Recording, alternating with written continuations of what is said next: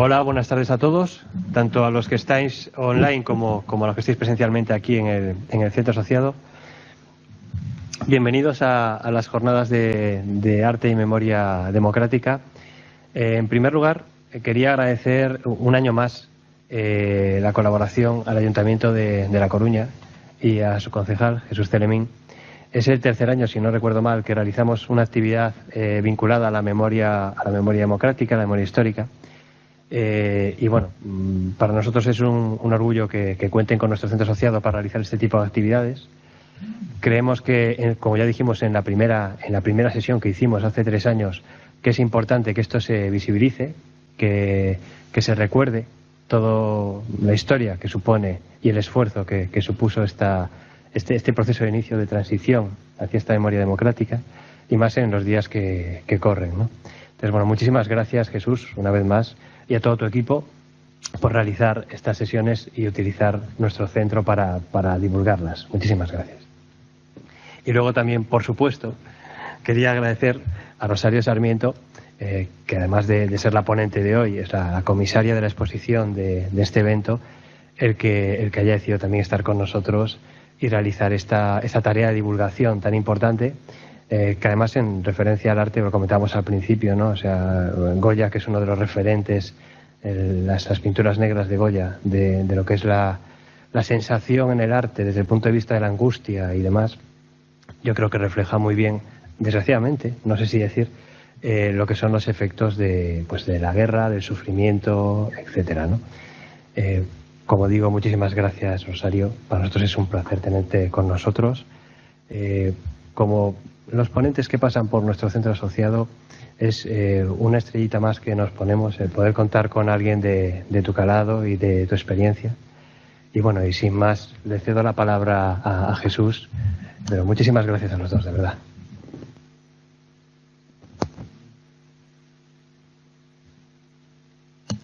Sí, ahora sí. Bueno, buenas tardes. Lo primero, muchísimas gracias, Germán Carros, director de este centro asociado de la UNED, que nos permite hablar sobre memoria democrática, sobre memoria histórica, pues a nivel de España, ¿no? Aquí están conectados todos alumnos y alumnas de toda la geografía española, a lo cual desde aquí les mando un saludo a los presentes también. Y bueno, el gobierno de esta ciudad, el gobierno de Inés Rey, pues hace una apuesta clara por rescatar la memoria, ¿no? Este año hemos decidido que las conferencias pues estén alrededor del arte, como desde diversos artistas, pues ellos reflejan el sufrimiento, el dolor, el desgarro, la miseria que supone un conflicto bélico. Yo decía esta mañana, la inauguración de la exposición que se encuentra en el Museo Casares Quiroga, que era paradójico cómo aquellos que inician los conflictos luego normalmente quedan siempre fuera de ellos, ¿no? Viéndolos desde sus despachos, viéndolo desde lugares en los cuales no se comprometen ellos, ni sus vidas, ni sus familias, y sin embargo la población en general pues sufre todo este tipo de miserias, ¿no? Quisimos que los artistas de Galicia y también de internacionales y de otros lugares pues hicieran esa visión, acercar esa visión de la guerra a estas conferencias que hoy inicia Rosario Sarmiento, que es una especialista en arte y concretamente pues de todos los autores que va a hablar. Yo le agradezco muchísimo este comisionario que ha hecho y que hoy pues nos hace el honor de abrir este ciclo de conferencias. Por nuestra parte, nada más. Vamos a escucharla y vamos a darle la palabra, que es lo que a eso hemos venido. Muchas gracias. Ahora sí. ¿Ah, sí? Ahora se escucha. Bueno, buenas tardes a todos los alumnos y alumnas que nos están escuchando a través de los digitales, y muchas gracias, por supuesto, a la UNED por esta invitación, por supuesto al Concello da Coruña, a su concejal de Educación, Jesús Telemín, por esta invitación a poder participar dentro de toda esta actividad de arte, de creación plástica y memoria democrática, ¿no? Esta mañana, pues inauguramos esta muestra de arte y memoria democrática en la que, ya decíamos, como una pequeña referencia, un pequeño, digamos, resumen de lo que, yo ahora voy a hablar en esta charla, en la que fundamentalmente yo también voy a hablar de arte y creación plástica en la Galicia contemporánea, ¿no? Bien, pues no sé si hay que apagar o podemos ya empezar. Pues sí, podemos empezar. Bien, cuando nosotros en nuestra mente, en nuestra cabeza, tenemos palabras como guerra total, como destrucción, como aniquilación, son palabras que todavía en pleno siglo XXI pues seguimos un poco manejándolas, incorporándolas a nuestra memoria de una forma casi automática, y asociamos también con nombres de conflictos bélicos como la Primera y la Segunda Guerra Mundial, la Guerra Civil Española, Bosnia-Herzegovina, Afganistán, Siria, y últimamente pues también, por desgracia, pues Ucrania, ¿no? Y todas estas palabras de guerra, de destrucción, de aniquilación, que evidentemente son sinónimo del dolor que muchas personas anónimas y inocentes sufrieron y sufren en estos lugares, también asociamos con imágenes, ¿no? Como en imágenes que forman parte un poco de nuestro imaginario ya colectivo, de nuestra memoria. Cuando hablamos, por ejemplo, de la Guerra Civil Española, es clarísimo que esta imagen de Robert Capa, de este miliciano muerto en el Cerro Muriano, la asociamos inmediatamente con eso, ¿no? O, por ejemplo, esta otra imagen también de Robert Capa, de esa niña durante la evacuación de Barcelona de 1939. Son imágenes que tenemos en nuestro imaginario colectivo. O, por ejemplo, esta otra imagen de Eddie Adams, un fotógrafo americano que recibió el premio Pulitzer en el año 1969 por esta imagen de Vietnam, ¿no? O, por ejemplo, esta más actual, pero no por eso menos tremenda, menos dura, esta imagen de Samuel Aranda. Samuel Aranda es un fotógrafo español que por esta imagen obtuvo el premio Wolpers Photo en el año 2011. Realmente es una imagen casi como de una pietà, ¿no? Vemos a esa mujer con ese burka negro abrazando a ese hijo que nos recuerda toda esa iconografía, ¿no? Y todas estas son evidentemente personas anónimas, víctimas de estos conflictos, víctimas civiles, mujeres, niños, y sobre los que la crudeza y un poco la cada vez más sofisticada maquinaria de la guerra pues proyectó un poco todo su poder autodestructivo, ¿no? La guerra, por tanto, sus protagonistas, sus escenarios y sus consecuencias sí que han sido, dentro del arte contemporáneo, un tema sobre el que muchos creadores han trabajado, ¿no?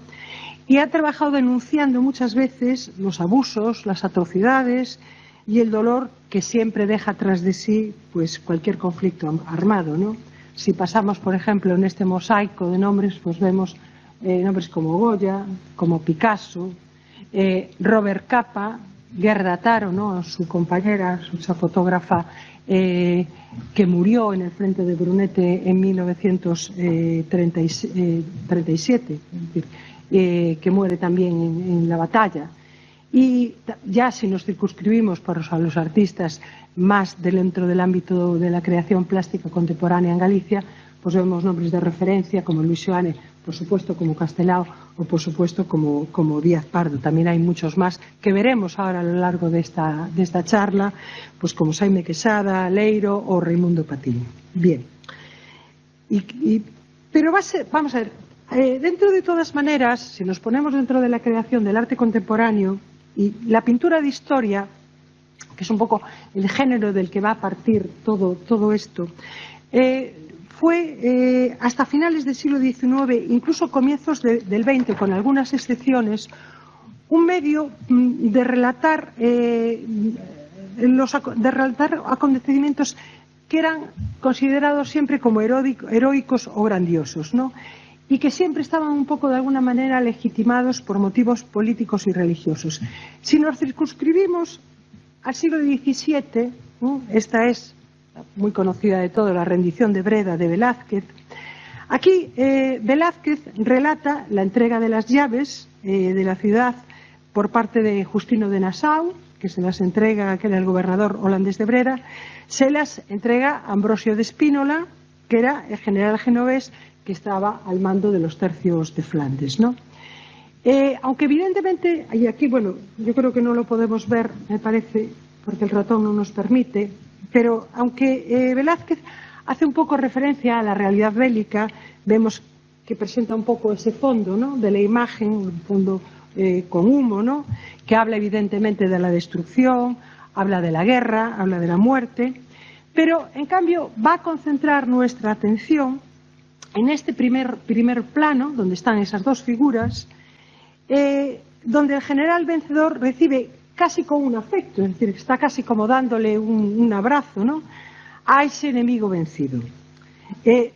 Toda la composición, si os fijáis, tiene de alguna manera el objetivo de darle mayor énfasis a este gesto, ¿no? En tanto que los grupos de soldados, los holandeses a la izquierda como los españoles que están en el grupo de la derecha, no hacen más que enmarcar y acompañar. Aquí no hay mayor referencia a la guerra que ese fondo que aparece allí delimitado, ¿no? Es casi un abrazo casi como entre amigos, entre colegas, ¿no?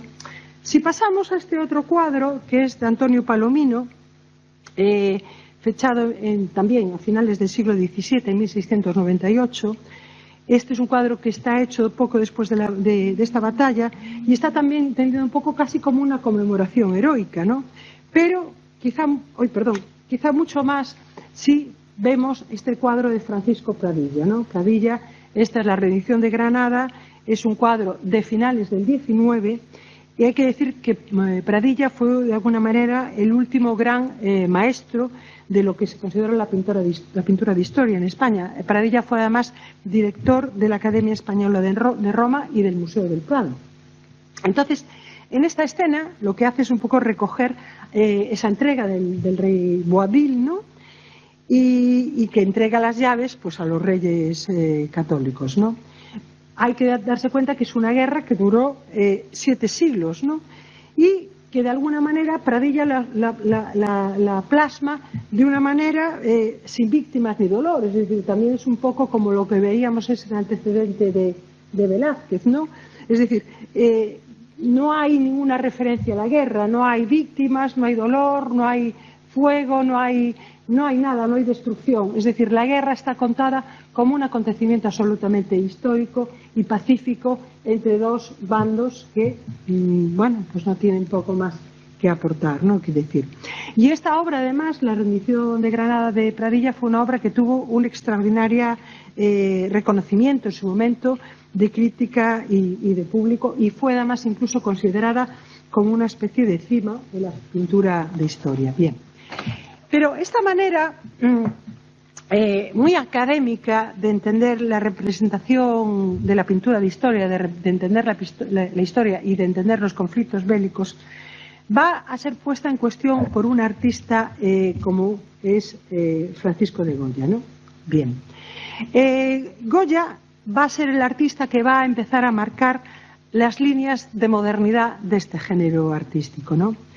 En sus pinturas de levantamientos contra las tropas napoleónicas del 2 y 3 de mayo en Madrid durante la Guerra de la Independencia, la lucha de los mamelucos de 1814 y sobre todo los fusilamientos del 3 de mayo, el 3 de mayo los fusilamientos, él va a exponer dos temas cruciales que se complementan visualmente, ¿no? Por un lado, el violento ataque del pueblo madrileño, ¿no?, a las tropas de Murat, que es la mañana del 2 de mayo, y evidentemente la consecuente represalia del ejército francés, ¿no? Escoge para este último asunto la ejecución en una noche lluviosa, una noche ya casi de madrugada, en los alrededores de Madrid, y que evidentemente esto le va a conferir a la escena un enorme dramatismo, ¿no? Aquí vemos el valor, el miedo de los asesinados, ¿no? De los vivos también ese terror. Se une un poco la quietud de esa sombra también de los muertos, ¿no? Y sobre todo es interesante que destacar esa imagen de ese héroe, ¿no? Con los brazos levantados. Goya refleja esa luz del candil en esa blusa, en esa camisa de este hombre que levanta ante un gesto de terror ante la muerte, ¿no? Y ahí ya no hay ninguna heroicidad, porque luego vamos a ver en algún artista contemporáneo en Galicia, en concreto en Isaac Díaz Pardo, pues digamos una influencia enorme de esta obra de Goya. Bien, en la guerra que Goya relata no hay más héroes que los que de alguna manera intentan defender su vida y su dignidad, ¿no? Goya no quiere representar la guerra como algo heroico y digno, ¿no? Es muy diferente de lo que vimos de Pradilla, sino que deja al lado los valores ideológicos y patrióticos para mostrarnos realmente a las mujeres y los hombres pues que luchaban por su vida, ¿no? Bien, pero casi 2 siglos, bueno, aquí vemos otra imagen de los desastres de la guerra que después comentaremos, pero casi 2 siglos antes de que Goya plasmara, como hemos visto y como veremos también un poco más adelante, de una forma tan moderna, ¿no?, esta visión sobre la situación política de su país y las consecuencias de esa guerra de la independencia, el pintor y grabador francés Jacques Callot va a aparecer como una referencia en su manera de relatar un poco la ruindad y la brutalidad que siempre acompaña a la guerra, ¿no?, y que está por encima de cualquier lectura heroica o grandilocuente.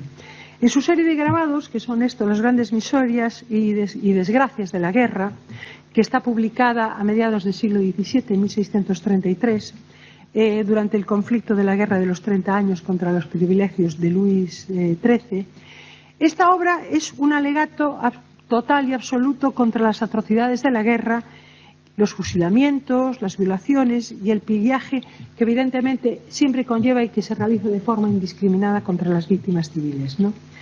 Hay que decir que de la misma manera que Goya vivió la guerra de la independencia, Callot vivió también directamente estos acontecimientos que él narra en esta serie de grabados, que es esa invasión francesa del ducado de Lorena y Nassau, y que va a permitirle, ese ser, un testigo directo, le va a permitir pues relatar y contar con toda su crudeza la situación límite de ese pueblo que estaba sometido al acoso del ejército de Cardenal Richelieu, ¿no?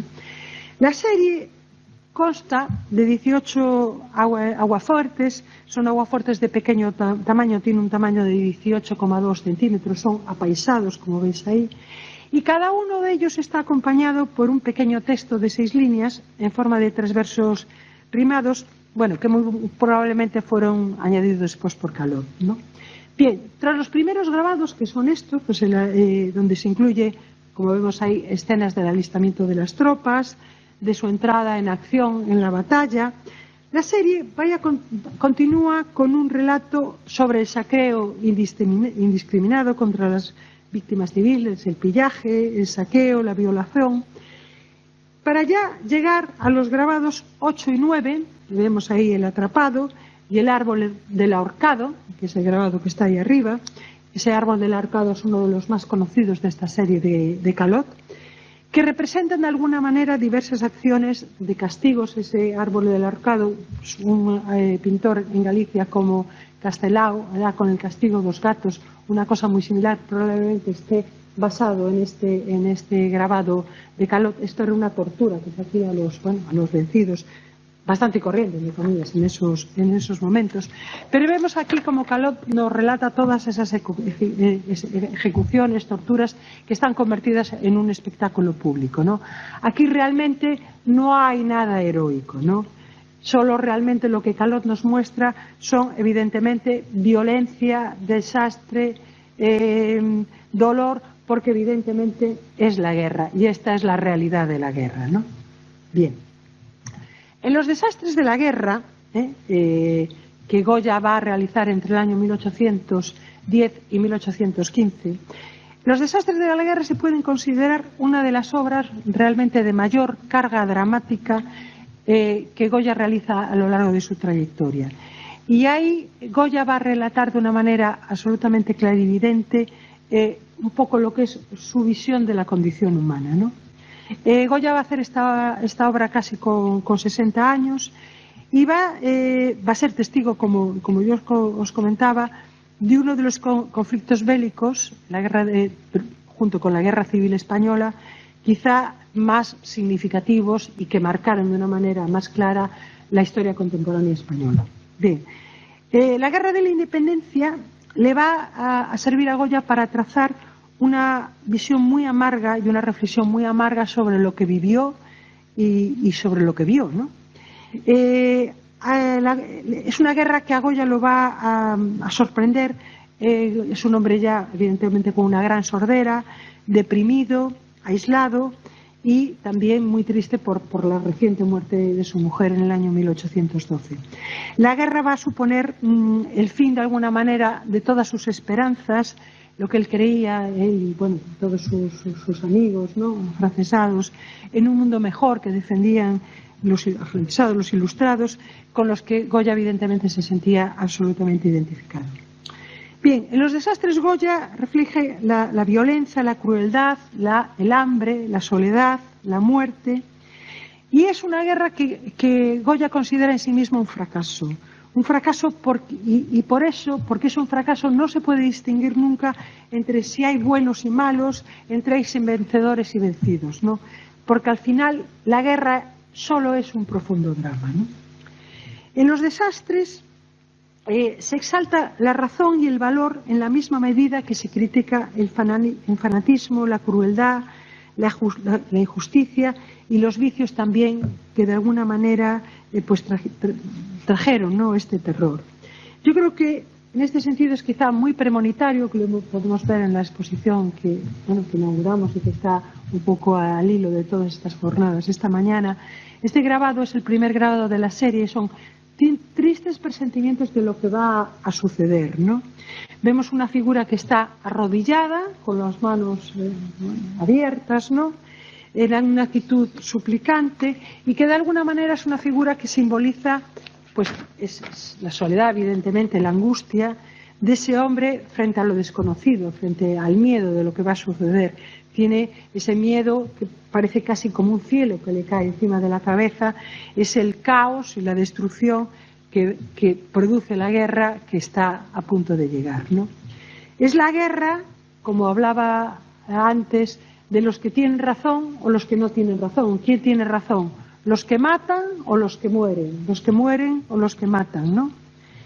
Es la guerra también de las mujeres dan valor, en las que, bueno, pues encontramos un personaje para el que quizá Goya le otorga un tratamiento siempre de mayor nobleza a las mujeres, ¿no? Porque ellas, para Goya, las mujeres representan un poco la valentía y la fuerza de esa población que lucha contra el enemigo, ¿no?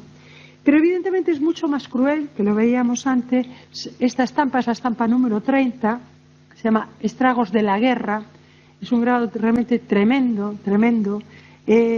Para un historiador, Lafuente Ferrari definía un poco esto como quizá una escena, es evidentemente una escena de bombardeo sobre la población civil, y que sea probablemente la primera escena que aparezca un poco en toda la historia del arte, bueno, de historia del arte y por supuesto la historia del arte contemporánea, ¿no? Lo que sí que es cierto es que Goya concibe un poco esta escena casi como si fuera un puñetazo visual, ¿no? Es un poco, él trastoca las leyes de la perspectiva clásica. Vemos como la violencia, entendemos, de un bombardeo que ha destruido esa casa, ese lugar, ¿no? Ha desfigurado esos rostros, ¿no? Vemos figuras que están boca abajo, esas figuras de abajo, esas mujeres casi sin expresión, ¿no? Que en esa casa, en ese lugar que, bueno, que vemos ya casi arruinado, Pero lo que es interesante es que vemos que aquí los muertos, esos muertos que están ahí, han perdido su individualidad, ¿no? Y también, evidentemente, su dignidad como seres humanos, porque ya no son seres humanos, ¿no? Forman parte como de una masa. Os corpos retorcidos de esas mujeres y esos hombres se mezclan un poco indiscriminadamente, ¿no? Si nos fijamos en esta fotografía hecha por Robert Capa con ese mismo título, con ese mismo nombre, de los desastres de la guerra, esta es una foto hecha en España en el año 1937, vemos también como esa imagen, que intuimos que es un niño o un adolescente, también está boca abajo, no tiene individualidad, no tiene rostro, ha perdido su rostro, como en el caso de Goya, ¿no? Y si vamos a esta otra fotografía también de Capa, hecha también en España, en ese mismo momento, en el año 37, es una especie de bodegón, por llamarlo de alguna manera, pero vemos esos restos de lo que es ese desastre, ¿no? Intuimos una familia, unas personas que han tenido que dejar absolutamente todo lo que eran sus enseres próximos, sus cosas, sus fotografías, sus cosas próximas, y huir. Eso es la guerra, eso es el desastre de la guerra. Bien. Goya realizó sus desastres entre 1810 y 1816, pero él no los va a dar a conocer mientras vive porque evidentemente tiene miedo de alguna manera a la represión política, ¿no? del nuevo rey. Y será 3 décadas después cuando la Real Academia de Bellas Artes de San Fernando va a publicar la primera edición de sus grabados en el año 1836. Bien.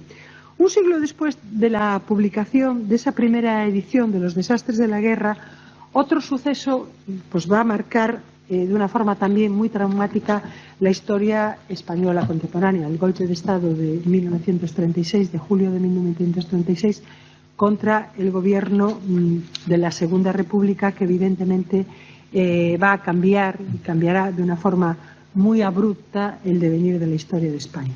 Bien, Pablo Picasso es en esos momentos el artista español que tiene una mayor proyección internacional, ¿no? Y su apoyo a la Segunda República va a quedar patente cuando en enero de 1937 va a aceptar realizar un mural, un encargo, que va a estar destinado al pabellón español de la Exposición de París de Artes y Técnicas de la Vida Moderna.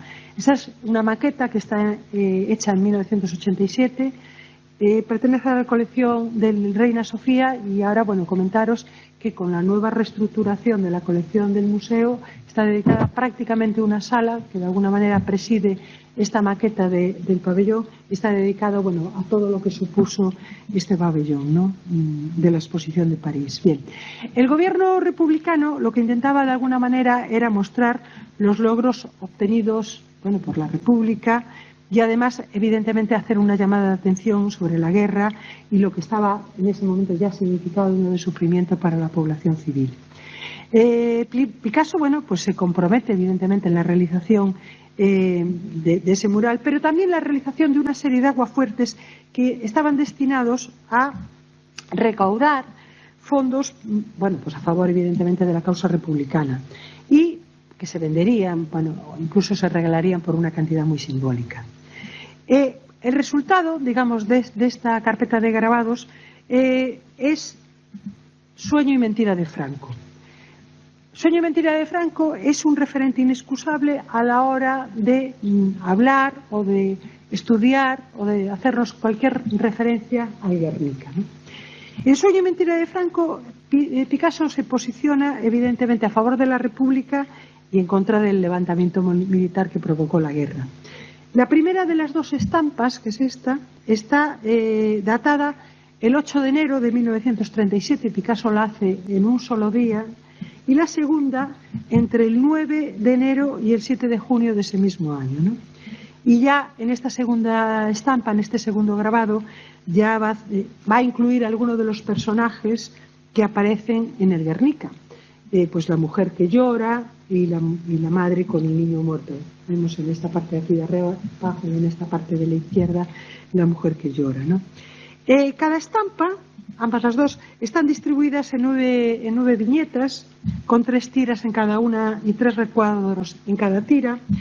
Y Picasso las grabó sin preocuparse que una vez estampadas tenían que hacerlas al revés, por eso las vemos al revés, ¿no? Digamos que fue una forma de grabarlas muy rápidas, ¿no?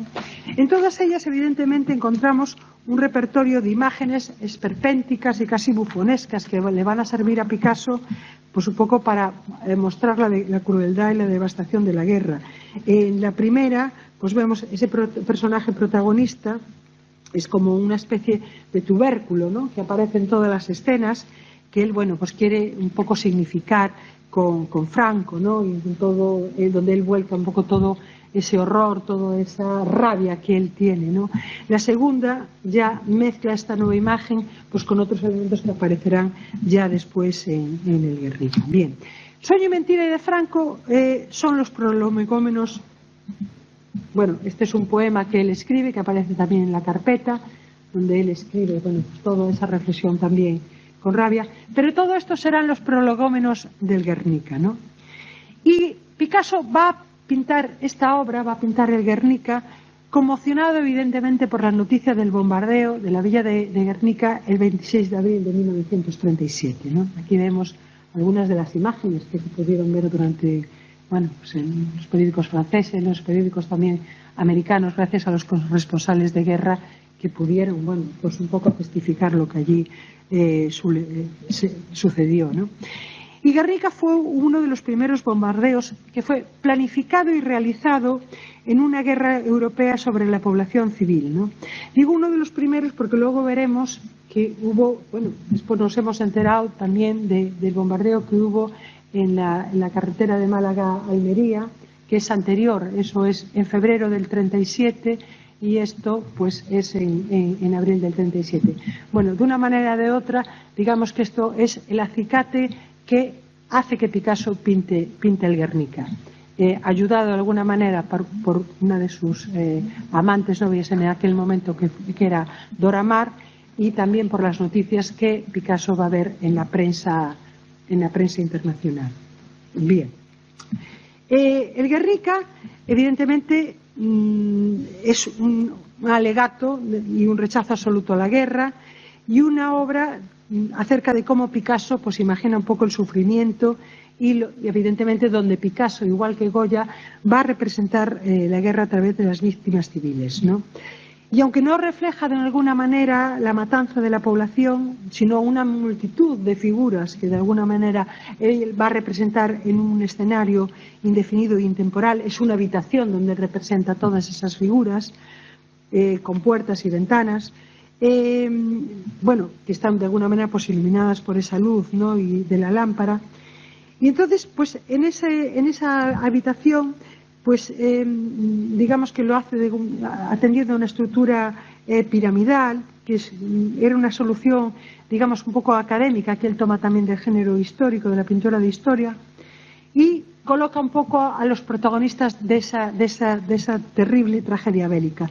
La mujer con su hijo en brazos, el soldado descuartizado, junto a su espada rota, el caballo con la herida en el vientre, la mujer que, bueno, pues que porta una lámpara, es decir, todas esas figuras que tanto conocemos y que han convertido evidentemente al Guernica en el gran icono de la pintura contemporánea del siglo XX, ¿no? Hay dos elementos además que de alguna manera incrementan este efecto dramático del Guernica, que son sus dimensiones. Imagino que, bueno, muchos de vosotros lo habéis visto, pues primero en el Casón del Buen Retiro y después en el Reina Sofía. Es un cuadro que mide 7,76 centímetros de largo, casi 8 metros y casi 4 metros de alto, ¿no? Y además el hecho, que esto es muy importante, de estar pintado con una paleta basada prácticamente en colores blanco, negro y gris, ¿no? Esto es algo que para muchos críticos que han hablado y han estudiado el Guernica es posible que precisamente aludiera a esas fotografías, a esos reportajes en blanco y negro que Picasso había visto en los medios de comunicación. Bien, lo que es cierto es que el Guernica es un referente de la historia contemporánea y un icono que evidentemente ha pasado a ser un elemento de nuestro imaginario visual. Bien, si ahora ya nos centramos más en la historia del arte contemporáneo en Galicia y cómo un poco los artistas en Galicia contemporáneos desde finales del siglo XIX han de alguna manera reflejado los conflictos bélicos, la guerra y sus secuelas.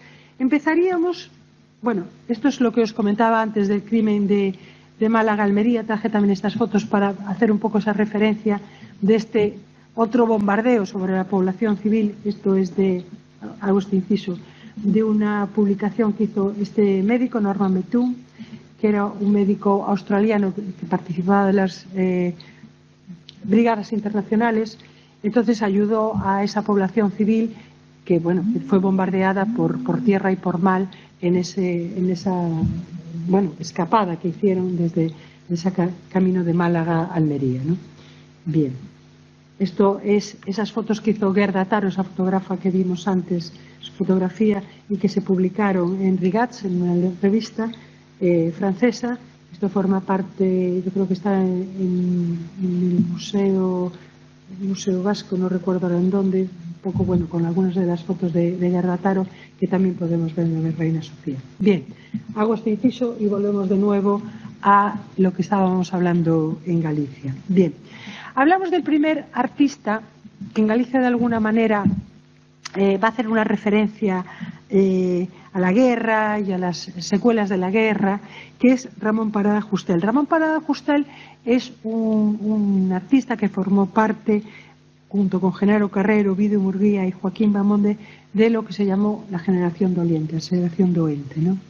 Era un grupo de artistas que se llamaron así porque todos ellos murieron muy jóvenes, con apenas 30 años, y además prácticamente todos murieron de tuberculosis, ¿no? Un poco de alguna manera ese mal romántico. Bien, Parada Justel fue un pintor dentro de su juventud, porque muere con apenas 31 años. Fue un pintor precoz y superdotado, que tenía un gran oficio y dominaba además el dibujo y el colorido de una manera muy grande, ¿no? Bien, en 1899, es decir, casi comienzos del siglo XX, va a pintar este cuadro que es La familia del anarquista, el día de la ejecución, ¿no? Con este cuadro, con este tema, él va a concurrir a la convocatoria que había en este momento para cubrir las plazas de pensionado para la Academia Española de Roma. La Academia Española de Roma en ese momento era de un gran prestigio, es decir, los artistas que concurrían a esas becas para poder estudiar en Roma eran, digamos, la creen absolutamente de la creen, ¿no? Y este, pues, es el último ejercicio que les dan para que los que se presentan a esa convocatoria lo tracen, ¿no? Esa muerte del anarquista. Él hace este cuadro y es absolutamente rechazado y suspende por el tratamiento muy original del tema. En la tela, como vemos, hay una preocupación esencial por centrarse en la psicología de los personajes y una diversidad de actitudes, ¿no? y sentimientos. Vemos esa mujer, esas figuras ahí en primer plano, esos compañeros del anarquista que están entrando por la puerta y que no saben muy bien cómo contar esa noticia a la familia, ¿no? Y entonces él cuenta un poco sus sentimientos y actitudes hasta entre el suceso, ¿no? Que no tiene nada que ver precisamente con lo que veíamos de esos cuadros, evidentemente de historia, que probablemente sus otros compañeros contarían este suceso de una manera mucho más ampulosa, sin tener que ir casi, bueno, así es como un cuadro casi posimpresionista, ¿no? Y es un poco de los primeros artistas que en Galicia se acerca un poco a esta temática de la violencia de la guerra y distribuido un poco estos elementos en este escenario. Hay otro artista que es Francisco Llorens. Francisco Llorens es uno de los paisajistas de referencia importante en Galicia en las primeras décadas del siglo XX y, bueno, prácticamente el paisaje es el tema fundamental de su trabajo. Él desarrolló una larga carrera como profesor de dibujo en Madrid donde él profesionalmente desarrollaba su trabajo, pero venía a Galicia todos los veranos. Cuando tras el golpe de Estado de 1936, él está en Madrid, donde pasa la guerra, y él pues pinta de alguna manera esta acuarela, es ese palacio incautado, donde él está reflejando probablemente desde su estudio, esa escena que hace esa referencia a la guerra, bueno, ese vehículo que seguramente será incautado, ese UHP son hermanos proletarios, no me acuerdo, lo tenía en la punta de la lengua. UHP son hermanos proletarios unidos, ¿no? Hermanos proletarios unidos. Bien, que él, bueno, pues hace esa referencia y nos cuenta también, todo con bastante detallismo dentro de toda esa, digamos, manera que tiene él de relatar, bueno, pues lo que era su pintura. Evidentemente la escena no alude a la guerra, pero de alguna manera queda suavizada también por ese colorido fantástico de esos árboles que coloca ahí, ¿no? Bien, el golpe de Estado de 1936 y la tremenda experiencia tremenda y traumática experiencia de la guerra civil van a ser claves para el posicionamiento y la denuncia de muchos artistas que evidentemente en Galicia van a contribuir y contribuyeron a todo lo que fue un poco la modernidad, ¿no? Bien, Luis Seoane, Castelao, Colmeiro, Arturo Souto, Federico Rivas, entre otros, van a aludir en sus obras directamente a las personas, a los responsables del golpe de Estado y sobre todo a la situación tremendamente dramática de en la que se sume la población civil por culpa del conflicto y de la posterior represión, ¿no?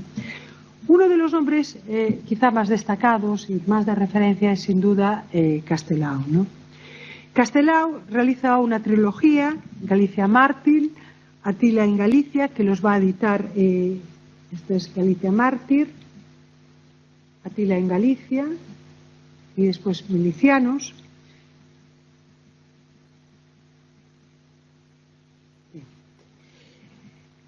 Los dos primeros, Galicia Mártir y Atila en Galicia, se van a editar en Valencia en el año 1937 y ya Milicianos se imprime en Nueva York en 1938. Pero tanto en unos como en otros, él va a hacer, expresa, digamos, su postura de defensa de la República, ¿no? Bien, según el historiador José Manuel López Vázquez, desde el punto de vista estilístico, Galicia Mártir, donde se incluyen obras tan de referencia que después va a pasar a óleo como la última, a derradeira lección do mestre, ¿no? O no enterran cadáveres, sino enterran semente. Atila en Galicia con estampas como Castigo Menor, donde hay una referencia clarísima a los desastres de la guerra con ese grado de lo mismo, o Antes muerta que aldrasada, antes muerta que violada, ¿no?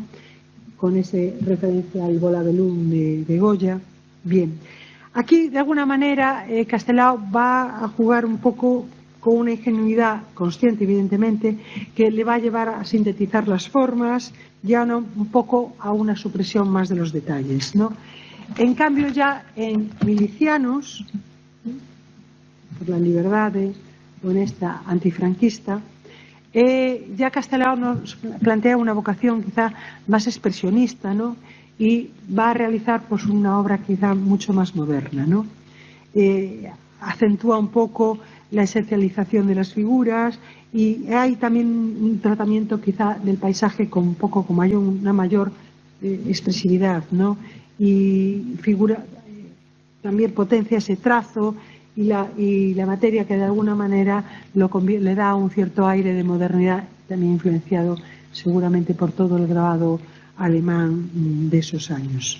Bien, otro autor también de ese momento que con una aportación importante a esa reflexión sobre el tema de la guerra es Arturo Souto, ¿no? Arturo Souto es un artista que va a participar activamente en la propaganda republicana. Él realiza dibujos, carteles, ilustraciones para revistas como El Mono Azul, El Barco Rojo, Nueva Cultura, Hora de España. Pero entre todas ellas va a destacar este álbum, el álbum de Busos da Guerra, que va a publicar en Valencia en 1937. Y es una serie de grabados en los que, bueno, evidentemente alude a la muerte y a y a la represión sobre la población civil, ¿no? Clarísimamente, como vemos en este. Encontramos, evidentemente, una representación muy cruda de la violencia a través de esos trazos incisivos y rápidos, con abundancia de sombras y de un marcado tono expresionista. Otra vez esa referencia a la unión de los hermanos proletarios que veíamos en el cuadro de Llorens. Y a veces, bueno, él también recrea con un cierto tono melancólico, pues el ambiente también sórdido, y como vemos en ese grabado de la izquierda, ¿no? Tremendo, ¿no? De esa desolación de la guerra, ¿no? De las trincheras, de la muerte. Es realmente escalofriante y terrible, ¿no? De todas maneras hay que decir también que Souto y Castelao, como vimos antes, probablemente hay que situarlo dentro de quizá de las plásticas más combativas, ¿no? Dentro de lo que era el bando, pues evidentemente leal a la República, ¿no?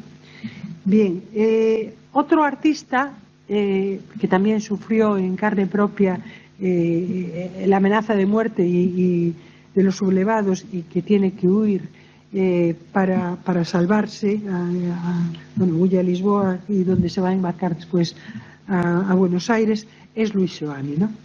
Bien, él sale para Buenos Aires el 28 de septiembre de 1936, y en Buenos Aires Luis Seoane va a desplegar una gran actividad a favor de la República, denunciando las víctimas de la represión, y entre que evidentemente estaban muchos de sus amigos y colegas, ¿no?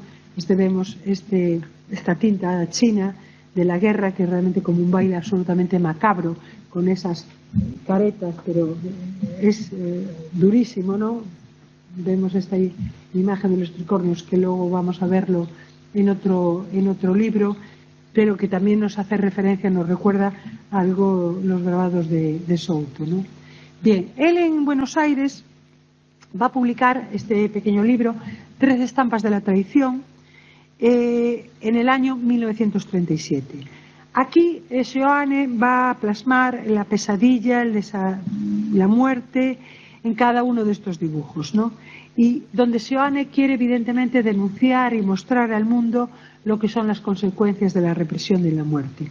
Vemos aquí, veis en la parte de la derecha, esa imagen de impusieron a Cristo na escola, pusieron a Cristo en la escuela, con esa imagen del maestro muerto, ¿no? Con esa imagen de Cristo, es decir, tanto nos recuerda esos maestros, esas personas de la cultura que fueron asesinadas por el hecho de ser simplemente maestros, ¿no? Bien, pero quizá una de las escenas más tremendas es esa de tricornios que vemos ahí, ¿no? Aquí Seoane, en esta escena, fue una de sus primeras imágenes que se publica en Buenos Aires, y la va a publicar en la revista Resol en 1938, y de alguna manera se utilizó para las campañas de campañas de propaganda a favor de la Segunda República que se hicieron desde Argentina, ¿no? Y que evidentemente vemos en esos tricornios que está muy próximo, lo veíamos también, ese mismo elemento iconográfico en esa tinta de la guerra, y que aquí puede de alguna manera recordarnos a las imágenes de Castelao, ¿no? Bien. También otro de los artistas de esta vanguardia histórica en Galicia es Manuel Colmeiro, otro de los grandes protagonistas del movimiento renovador. Vemos estos dibujos que se titulan Terror en Galicia, en los que, pues de alguna manera Colmeiro, también con un trazo rápido, es casi como un apunte, ¿no? Pues vuelve a hablarnos de la muerte, de la destrucción. Aquí vemos una aldeana, una mujer que de alguna manera está sujetando pues esa cabeza del marido o del hijo que está muerto, o los muertos en la cuneta, el fusilamiento.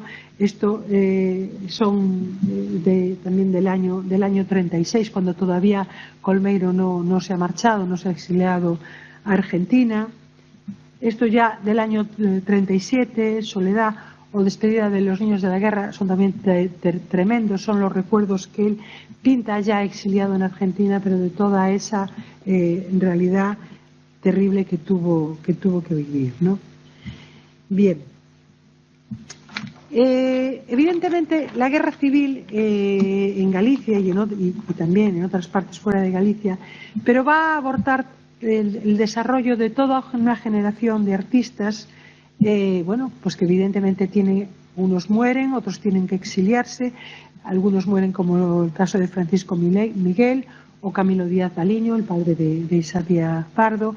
Otros sufrieron también la experiencia de los campos de concentración, como Uxío Souto, estuvieron en la cárcel, como Mario Fernández Granell, pero la gran mayoría, como los que hemos comentado ahora, se exilian. Pues es el caso de Seoane, el caso de Maruja Mayo, de Granell, de Castelao, etc. Bien, entre los que vivieron y fueron víctimas directas de la represión y de la violencia está Camilo Díaz Baliño. Camilo Díaz Baliño fue pintor, ilustrador, escenógrafo y un gran intelectual.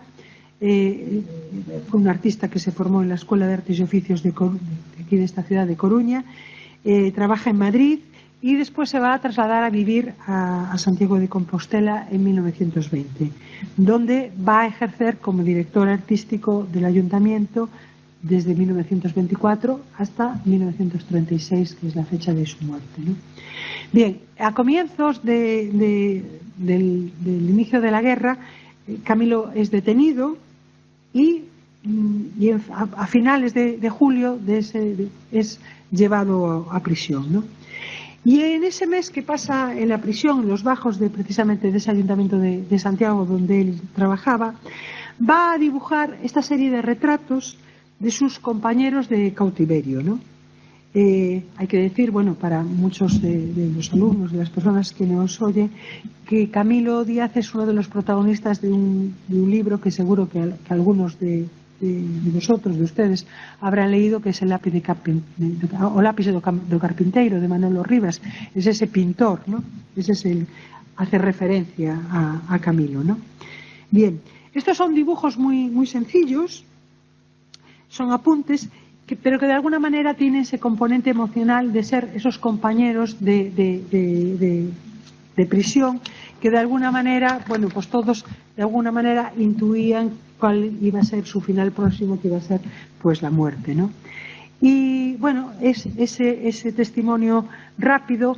Posteriormente al fallecimiento, a la muerte de Camilo, fueron colocados esos textos, que eso ya lo hizo su propio hijo Isaac, ¿no? Y creo que fueron hechos por el profesor que también había sido director del colegio Selmire de Santiago, Xosé Teixeira. Bien, estos dibujos na cadea de Camilo de 1936 van 10 años después a tener un homenaje de su hijo Isaac Díaz Pardo en este cuadro, Os Afogados, ¿no? Fechado en 1946. Os Ahogados está basado de alguna manera en la tragedia de unos marineros que se ahogan en el pueblo de Sada, pero es evidentemente una metáfora del horror de las víctimas de la guerra, ¿no? De los paseados y fusilados como su padre. Para representar esta escena, Díaz Pardo va a utilizar una composición muy clásica. Él va a dividir la escena en varios planos, con una gradación de distintos tonos de luz para cada uno de estos planos. El primero sería de alguna manera ese cuerpo sin vida, de ese marinero que aparece pegado a la barca. En segundo plano estaría este grupo principal, ese grupo central, donde centra la luz en esa camisa de ese ahogado que de alguna manera rememora a Goya, evidentemente, con la escena de los fusilamientos, ¿no? Ese fogonazo de luz. Bien, y en el fondo casi en penumbra un poco esos grupos de personas que lloran mientras contemplan la escena. Bien, hay que fijarse que tanto esa figura de la ahogada del primer plano como el que está en el segundo plano tienen un tiro en la sien, es decir, son ahogados, pero que tienen un tiro. Es el tiro, evidentemente, de esos fusilados. Ahí está ese homenaje de Isaac a su padre, pero estamos pensando que es el año 1946 y evidentemente no podía haber una comunicación explícita en ese momento de lo que suponía el cuadro. Por eso, digamos, que Isaac lo encubre, digamos, dentro de esa metáfora. Bien. Otro de los artistas que también, pues sufrieron las consecuencias de la guerra es Ushio Souto. Ushio Souto, él va a vivir la guerra desde la experiencia de los campos de refugiados, ¿no? Y posteriormente también el exilio. Ushio Souto es un escultor que se forma en la Escuela de Bellas Artes de Madrid y va primero a ser profesor en Asturias, en Mieres, y después, posteriormente, en Galicia, en el Instituto de la Estrada. Bien, cuando llega al inicio de la Guerra Civil, deja Galicia y se marcha a Barcelona, y una vez rematada la guerra, pues tiene que marchar, exiliarse a Francia, y como muchos de otros republicanos y personas, va a permanecer en el campo de concentración de Argelers-sur-Mer, ¿no? Donde llegaron a haber 100.000 personas confinadas, ¿no? Hasta que, él finalmente puede marcharse de allí y se exilia en México, ¿no? De todo lo que él vivió y vio en aquel campo de concentración, pues de alguna manera quedó reflejado en esos dibujos, y en este otro dibujo también tremendo, ¿no? El campo de concentración, que evidentemente refleja con toda crueldad pues esa dureza, la tristeza. Nos imaginamos de todo lo que debieron de vivir él y todas las personas que estuvieron confinadas en aquel espacio en unas condiciones prácticamente infrahumanas, ¿no? Bien, otro artista que también sufrió la represión y la cárcel fue Mario Fernández Granell, ¿no? Mario Fernández Granell fue poeta, fue dibujante y también fue diseñador, dentro también del ámbito surrealista como su hermano Eugenio, aunque evidentemente tuvo una menor proyección y conocimiento que Eugenio Fernández Granell. Él, como su hermano Eugenio, fue militante del POM, del Partido Obrero de Unificación Marxista, y es detenido al comienzo de la Guerra Civil, ¿no? Primero es condenado a muerte y finalmente se le concede la libertad después de pasar 7 años en la cárcel, ¿no? Él empieza a trabajar como muralista, pero en el año 1957 se marcha a Venezuela, donde trabajó fundamentalmente como editor, como diseñador gráfico. Y en Venezuela hace una serie de exposiciones y pinta estas estampas amargas y hirientes de una guerra civil en 1977, es decir, prácticamente casi 15-20 años después, ¿no? Que son dentro de su poética surrealista, pero son recuerdos muy vivos de la guerra, de lo que fue de la cárcel, del apresamiento y la cárcel, hechos con ese lenguaje surrealista, con ese cromatismo muy nítido, ¿no? Esa pintura muy plana, pero figuras muy esquemáticas, pero que no dejan de ser todavía ese recuerdo tan triste y tan tremendo de esa memoria que 20 años después seguía estando absolutamente viva en su recuerdo, ¿no? Bien. Uno de los grandes referentes del arte abstracto, hasta ahora todos los artistas que hemos visto pues han trabajado, hacían una referencia con un lenguaje figurativo, muchos con unos dibujos más o menos rápidos, más o menos de trazo muy fácil, muy sencillo, porque lo que trataban era de reflejar con esa expresividad ese momento que estaban viviendo. Pero realmente bajo un lenguaje abstracto prácticamente ningún artista va a reflejar lo que es la crudeza de la guerra y la represión, con excepción de Leopoldo Novoa. Leopoldo Novoa es un artista que, bueno, nace en Salcedo, en Pontevedra, pero también muy joven se marcha con su familia, es exiliado. Su padre era un diplomático republicano, entonces tiene que marcharse con su familia, siendo muy joven, a Montevideo, ¿no? Bien, él estará después en Buenos Aires y luego posteriormente a París. Pero a mediados de la década de los años 90, Novoa va a mostrar por primera vez una serie de obras pictóricas muy dramáticas. Es esta serie Next Time the Fire, Cercano al Fuego. Es una serie, un título que él lo toma del Apocalipsis. Es toda una declaración de principios, de la barbarie, un poco de la sociedad y del fracaso de una sociedad ante la barbarie, de la guerra y de la destrucción, ¿no? Un poco lo que Novoa trata de transmitir en estas obras es una visión sobre un mundo que está desesperanzado, donde la destrucción, la guerra y el sufrimiento de alguna manera y la muerte pues los acompañan casi a diario, ¿no? Detrás de esos alambres que hay ahí, ¿no?, en esa parte superior del cuadro, esto está hecho con cenizas, ¿no? Esos huecos que hay ahí, está, bueno, pues las noticias que él veía y conocía de la guerra de Bosnia, de Bosnia-Herzegovina, ¿no? Esos alambres, de alguna manera, él quiere reflejar lo que suponía ese paso que se le cortaba a los refugiados de esa guerra, ¿no?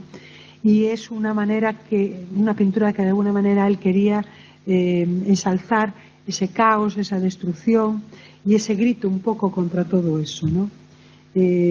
Está hecha, Leopoldo está trabajando en este momento con cenizas, y esas cenizas también de alguna manera quieren reflejar esa falta de esperanza ante el futuro. Bien, durante las 4 décadas que duró la dictadura franquista en Galicia, van a trabajar algunos artistas que van a transmitir en sus obras pues un poco el posicionamiento frente a la guerra, pero también frente a cualquier tipo de violencia y totalitarismo, ¿no? Una de ellas es Mercedes Ruibal. Mercedes Ruibal va a ser de las pocas mujeres artistas, bueno, pues que va a desenvolver de alguna manera una parte importante de su trabajo en Galicia durante el franquismo, ¿no? Ella, en una etapa de madurez y ya dentro un poco de un expresionismo que caracterizaba su trabajo, va a realizar unas escenas absolutamente, digamos, de posicionamiento contra esa barbarie, contra la guerra, y las que va a denunciar precisamente todo esto. Esta es la guerra de Vietnam, pero sobre todo va a ser un suceso tan dramático como es el golpe de Estado de 1973 contra la Unidad Popular y el presidente Salvador Allende, que se suicida, como sabéis, en el Palacio de la Moneda el 11 de septiembre de 1973, con lo que ella pintará estas 2 obras, Con Chile en el corazón y La muerte de Allende, que es posterior. En ambas figuras ella les coloca esas rosas rojas, esas flores rojas, ese símbolo del socialismo, bueno, que estaba gobernando en Chile y que de alguna manera cae con ese golpe de Estado y supone el fin con la muerte del presidente Allende, ¿no? Ese fin también pues de todo lo que suponía esa esperanza, y ella quiere hacer de alguna manera un poco ese guiño también a lo que podría y debería de ser pues esa nueva esperanza y la paz, ¿no? Bien. También es interesante el trabajo que desarrolla Xosé Conde Corval. Esto es una carpeta de grabados que le hace o Fardel la Guerra. El Fardel la Guerra es una carpeta que él imprime, realiza en 1986, pero por en 1936-1986 porque está hecha a partir de todos los recuerdos que él tiene, que él vivió, de toda esa represión, de todo, bueno, pues ese horror de la cárcel, de la represión, de esas mujeres que son, bueno, rapadas por su apoyo a la República, etcétera, etcétera, ¿no? De todo ese dolor vivido por miles y miles de personas.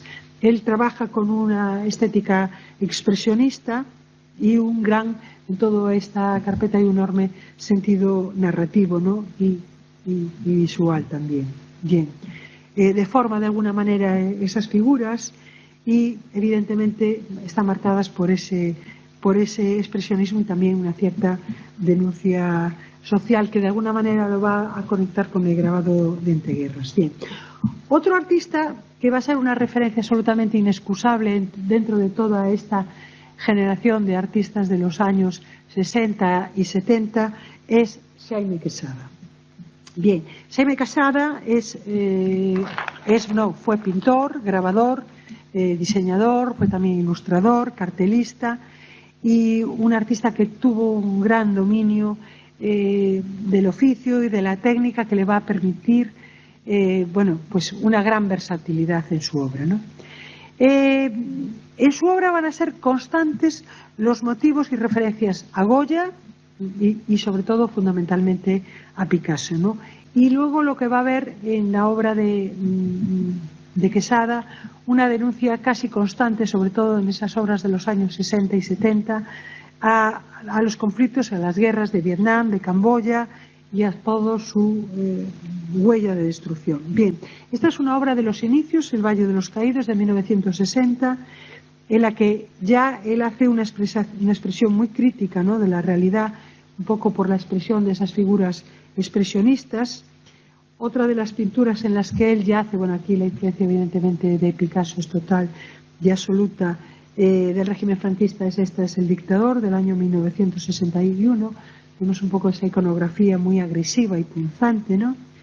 La referencia al Guernica. Y posteriormente, este es el Holocausto, también a la serie negra, que va a estar inspirada pues en guerras y en los campos de concentración y en todo el drama humano, bueno, pues en este caso de la Segunda Guerra Mundial. Vemos Treblinka, esta es La Madre, y luego ya también referencias pues a Vietnam, a Camboya, y este cuadro que bueno está en la exposición que pudimos ver por la mañana, que ya es un cuadro realmente terrible, tremendo, a esa muerte, probablemente quizá una de las últimas muertes que hubo en España por garrote vil, ¿no?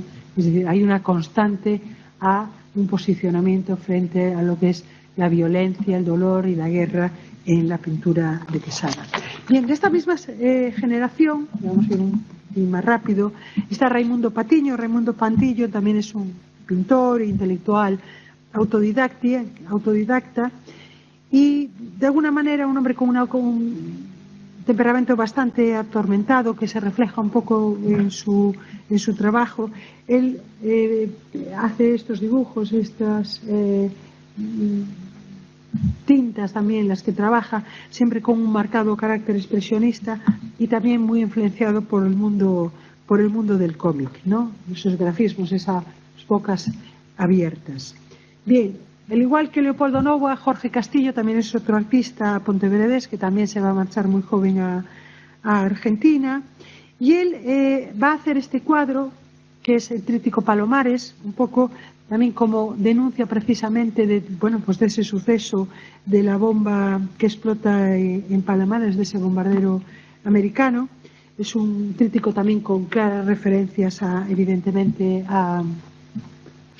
al Guernica, un poco de esa idea también de utilizar un cromatismo prácticamente de grises y negros, ¿no?, con esos seres antropomorfos que de alguna manera también nos pueden recordar lo de Sueño y Mentira de Franco. Pero bueno, es otro artista, esta obra, este tríptico Palomares, también de gran formato, fue un cuadro que lo representó, estuvo en la documenta de Kassel de 1968, pues un evento importante de arte contemporáneo, y es un cuadro bastante de referencia en la trayectoria de Jorge Castillo, aunque él hizo una pintura distinta después. Bien, si ya entramos en las últimas generaciones, en las generaciones a partir de los años 80 en Galicia, un artista, bueno, pues que de alguna manera también un artista muy poliédrico, pero que de alguna manera también va a participar en esa, sentirse muy partícipe de todo ese dolor y de la guerra y un poco de ese grito que veíamos también en Reimundo. Él es sobrino de Reimundo. Y entonces Patiño es un activista también cultural, y en estas obras que él va a realizar en los años 70, de esa boca como la que veíamos en su tío Reimundo, esos dientes afilados, esos puños que veíamos ahí, vemos aquí, es un poco esos seres que están de alguna manera como terribles, ¿no? Con un grito también terrible ante esa violencia y ese rostro humano casi como convulsionado, ¿no? Bien, ese mismo espíritu también está en un artista como Javier Correa Corredoira, que es también otro referente de la plástica contemporánea como Patiño. Esto es un collage que es no a la guerra. Bueno, pues ahí vemos también las referencias en el collage, esa paloma, ¿no? Ese símbolo de la paz, que está amenazada por la figura de ese cuervo negro que en la parte de arriba, y está, digamos, todo interpretado con un lenguaje neofigurativo, pero también con esos textos que de alguna manera siguen haciendo referencia. Otro artista, escultor también recientemente fallecido, es Paco Pestana. Paco Pestana era un observador muy lúcido de la realidad, ¿no? Y un autor de esculturas siempre muy barrocas, muy sobrecargadas, casi hasta el extremo, casi hasta el horror vacui, ¿no? Y que unas esculturas que se acababan convirtiendo como de alguna manera en elementos provocadores, ¿no? Él de alguna manera desataba en estas piezas un discurso surrealista, como en esta alegoría del dolor y de la guerra, y que él de alguna manera quiere casi como bombardearnos, ¿no? Con un cierto sarcasmo, pero y hacernos referencia o hacernos reflexionar de alguna manera sobre las miserias y las contradicciones, la intolerancia y un poco la violencia y la prepotencia, y evidentemente que de alguna manera siempre desencadenan las guerras, ¿no? Otro escultor también muy interesante que de alguna manera se forma en el mundo de la cerámica durante los años 80 en Galicia es Casigueiro. Casigueiro empieza en el mundo de la cerámica, pero luego va a ampliar un poco su horizonte, trabajando ya también con nuevos materiales y técnicas. Él va a realizar en este año, en 1994, esta obra que se llama O Bosque das Ausencias, en la que el hilo conductor de alguna manera serán estas facianas, estas caras cerámicas, ¿no? Que están deformadas y expresivas, que representan un poco de alguna manera aquellas personas pues que torturan, que dominan o que asesinan, ¿no? Y que son, bueno, que asesinan pues a esas víctimas inocentes de los conflictos, ¿no? Están colocadas sobre vigas de madera, crean todo ese conjunto y crean casi como una especie de bosque de ánimas, ¿no? De bosque de desalmados, casi son un bosque de muertos que están desnudos, ¿no? Y solitarios ante el público. Es un alegato de gran plasticidad, pero evidentemente que esconde una visión terrible, ¿no? De guerra, que también en esta otra instalación posterior, que es el Bosque de las Ausencias o Bosque de las Ausencias 2, aquí ya vemos esos escombros, ¿no? Esa cerámica que se ha convertido en escombros que están iluminadas de una forma absolutamente dramática, ¿no? Bien, otro artista también, bueno, pues nacido aquí en Coruña, un escultor, bueno, que pues últimamente también trabaja en otros medios, en otros ámbitos, en este caso pues obra pública, es Pepe Galán. Esta es una obra que está aquí en Oportiño, no muy lejos de este sitio en el que estamos, Fuxidos do Portiño, Huídos del Portiño, donde Pepe Galán hace un homenaje pues a un grupo de militantes de esquerda que trataron de huir en marzo de 1937 desde Coruña a Asturias, ¿no?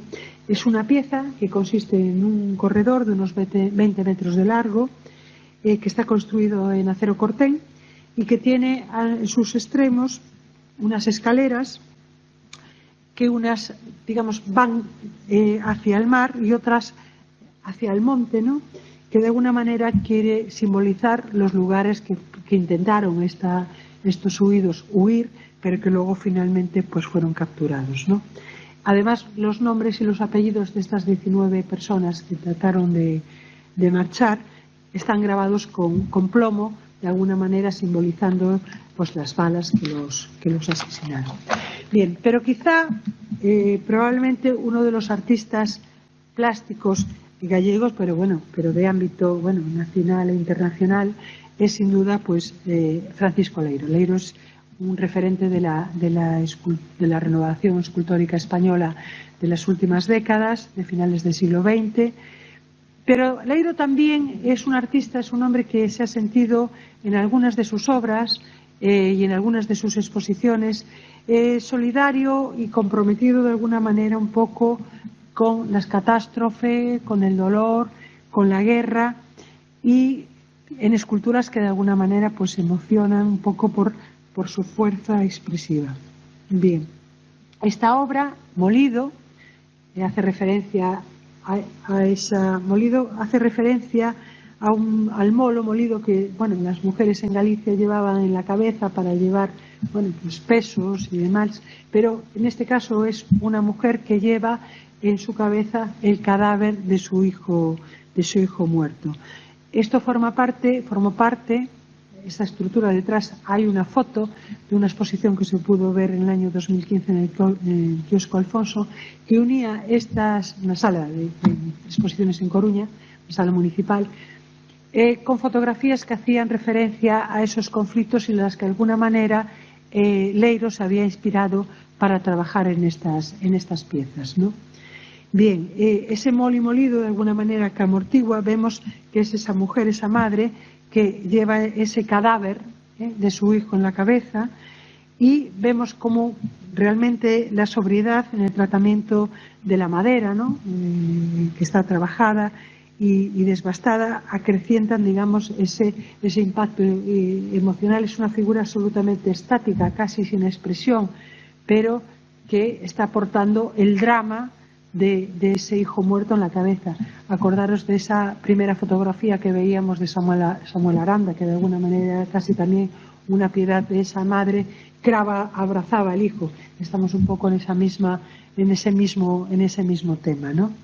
Bien, otra escultura es esta Franja, es un grupo escultórico, aquí lo vemos mejor también con esa fotografía, que evidentemente son esas figuras femeninas con ese gesto tremendo, dramático, con esos brazos que están elevados hacia el cielo, y evidentemente están como si fueran unas plañideras de una moderna casi tragedia, ¿no?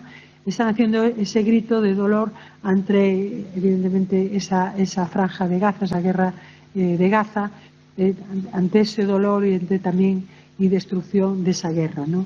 Leiro, de nuevo, a partir de esa imagen, de esa fotografía que él ve en los medios de comunicación, como Picasso también se había visto, ¿no? Esas imágenes del Guernica que él utiliza en su subconsciente para pintar ese gran mural, pues Leiro utiliza estas imágenes que él ve en la prensa, o había visto en la televisión, para dar vida a esas esculturas, ¿no? Que en ese momento él llamó pues esculturas sentidas, se llamó en esa exposición, ¿no?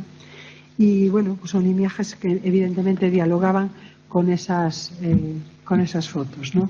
Leiro evidentemente busca también de alguna manera representar, casi como en esas fotografías, esa escenografía. Es una escenografía del dolor y de la guerra, y que nos vuelve de alguna manera casi como al principio, ¿no? Esos artistas que hemos visto como empezaban en Goya a reflejar esa visión moderna, ¿no? de la guerra, en el sentido de reflejar a las víctimas de la guerra, reflejar ese dolor, esa destrucción constante, y aquí volvemos casi un poco como al punto de partida con un gran escultor como es Francisco Leiro, un escultor de referencia que trabaja en Galicia y fuera de Galicia, y volvemos casi un poco a ese punto de partida y dejamos como esa gran reflexión de cómo los artistas contemporáneos pues se han posicionado y se siguen posicionando ante la guerra y ante los conflictos bélicos, ¿no? Que era un poco el inicio de nuestra charla y el tema de nuestra exposición también. Bueno, pues nada más. Cualquier pregunta para todos los alumnos que nos estén escuchando y, por supuesto, para el público también que está aquí, y muchas gracias. Pues entonces damos un aplauso.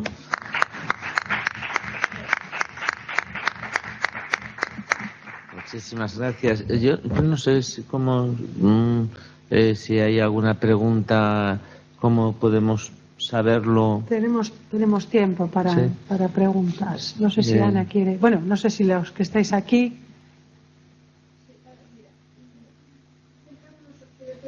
Los artistas da época da Guerra Civil, unha serie de características porque Sí, eu fui un pouco rápido demais, pero bueno. Pero hai unha serie de trazos que caracterizan de bando republicano.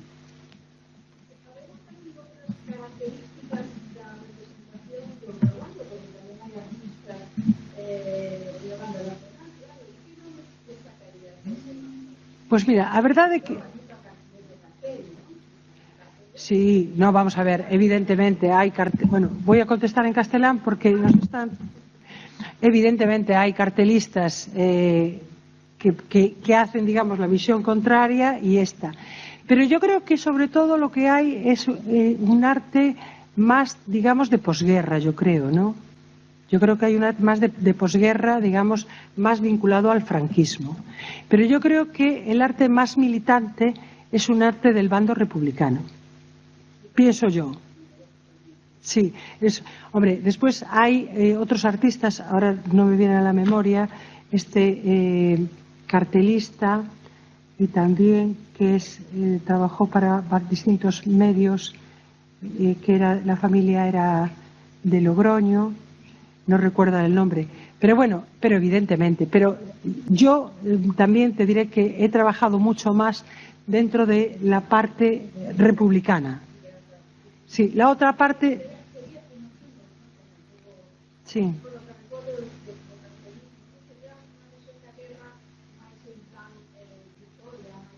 Evidentemente. Bueno, vamos a ver, también esta parte, digamos, el cartelismo dentro de los artistas, bueno, Souto, otros cartelistas que trabajaron para el bando republicano, trabajaron en ciudades como Valencia y después en Barcelona, sobre todo en Valencia, donde el gobierno republicano estuvo más tiempo. Evidentemente era una propaganda exactamente igual, es decir, la propaganda quería llegar a los mismos medios, es decir, y utilizando los mismos recursos, exactamente igual. Pero aquí no sé tanto, yo no vi tanto esa parte de cartelismo, de propaganda, cuando de artistas que fueron realmente muy mediatizados por la guerra, ¿no? Es decir, un poco de alguna manera es esa visión de la guerra que inaugura Goya, que después sigue con Picasso, y que de alguna manera marca esa diferencia de pasar de la guerra heroica que se transmite hasta finales del siglo XIX a la guerra de posicionamiento de las víctimas. Eso es un poco lo que yo traté. Exactamente. Y creo que es lo interesante, ¿no? Que es lo interesante y lo novedoso. Es decir, y luego, bueno, aquí son los artistas, evidentemente, que trabajan en Galicia. Fuera de Galicia hay muchísimos más. Yo he trabajado fundamentalmente con los artistas de Galicia, ¿no? Pero porque esas mismas visiones también se dan, ¿no?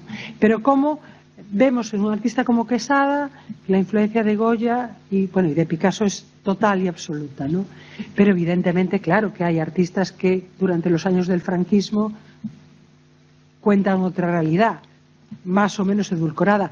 Pero también nos encontramos dentro del franquismo, con vamos a ver, con artistas que, por ejemplo, van a trabajar dentro del mundo de la abstracción y que son también, de alguna manera, utilizados como emblema del propio régimen, ¿no? Que este es el caso de González Robles con los artistas como Tapies, como Lucio Muñoz, todos los artistas de la abstracción que se llevan a las Bienales de Sao Paulo y se llevan a las Bienales de Venecia, en un momento que, por otro lado, pues la figuración es, digamos, más el arte más oficial, que es el caso, bueno, que comentaba yo hace unos días, de María Antonia Dans. María Antonia Dans es una artista que en los años 50 pinta figuración frente a lo que en ese momento supone modernidad, entre comillas, que es la abstracción, que son unos artistas que, por otra parte, están contra el régimen. Pero sí que evidentemente hay una arquitectura del fascismo o del régimen, y hay unos pintores que evidentemente van a pintar en muchos casos una figuración de acuerdo con el régimen, evidentemente, sobre todo pintura figurativa. Sáenz de Tejada. Sáenz de Tejada, es que lo tenía en la punta de la lengua. Sáenz de Tejada es un cartelista, es un pintor, pero bueno, fue el gran cartelista, digamos, el lado contrario, que pudo ser Souto o otros cartelistas de la República, ¿no? Que hay muchos más, ahora no recuerdo. Pero Sáenz de Tejada, digamos que hacía el lado contrario, ¿no? El lado contrario. Pero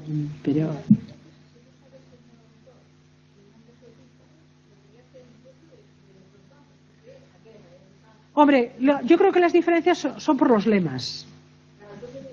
Son por los lemas. Claro, porque vamos a ver, la propaganda de la guerra al final sigue siendo la misma, pero una cosa es un lema y otra cosa es otro lema. Yo no los he comparado y no los he estudiado, pero esto sí evidentemente está estudiado.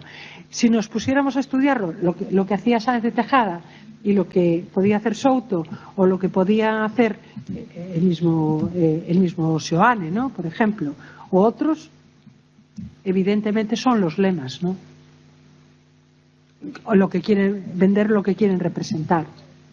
Pero yo de alguna manera aquí, digamos que centré sobre todo en el impacto, ¿no? El impacto de la guerra, y es una cosa también que de alguna manera en las conferencias de las que vamos a tener durante este mes y el mes próximo se va a hablar, porque una de las ponencias que yo comentaba hoy por la mañana, que me parece que es la del día 13 de diciembre, es muy interesante porque se va a hablar precisamente de la creación en los campos de concentración, que es un tema muy poco conocido, el caso de Ursio Souto, ¿no?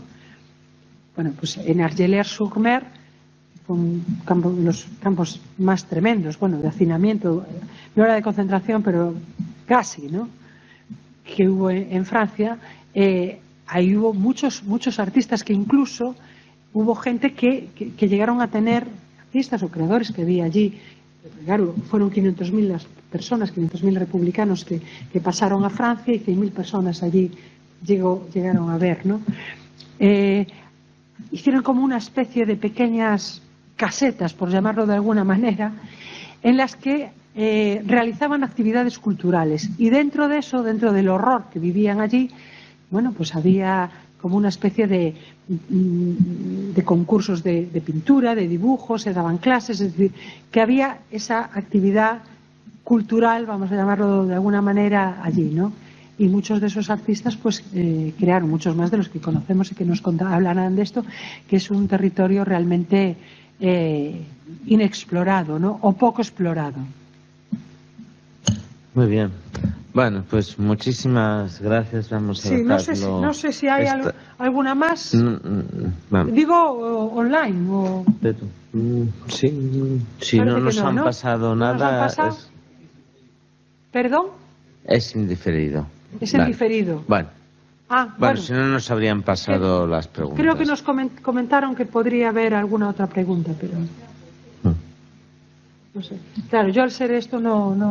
Bueno, en cualquier caso, ha sido una exposición tan clara, tan bien expuesta, muchas gracias, que no cabe de duda ninguna. Sí, bueno, pero evidentemente independientemente de eso, que muchísimas gracias, esta vez sí que lo voy a decir bien, a Rosario Sarmiento, porque sinceramente, de verdad, ha sido una charla muy amena, muy gratificante, al menos para mí y seguro que para todo el alumnado que nos ha estado escuchando a lo largo de todo el territorio español y, por supuesto, de nuestra tierra galega, y que les emplazamos para las siguientes mesas, que van a ser tan interesantes como la que hemos tenido hoy. Muchísimas gracias. Muchas gracias. Gracias. Hasta siempre.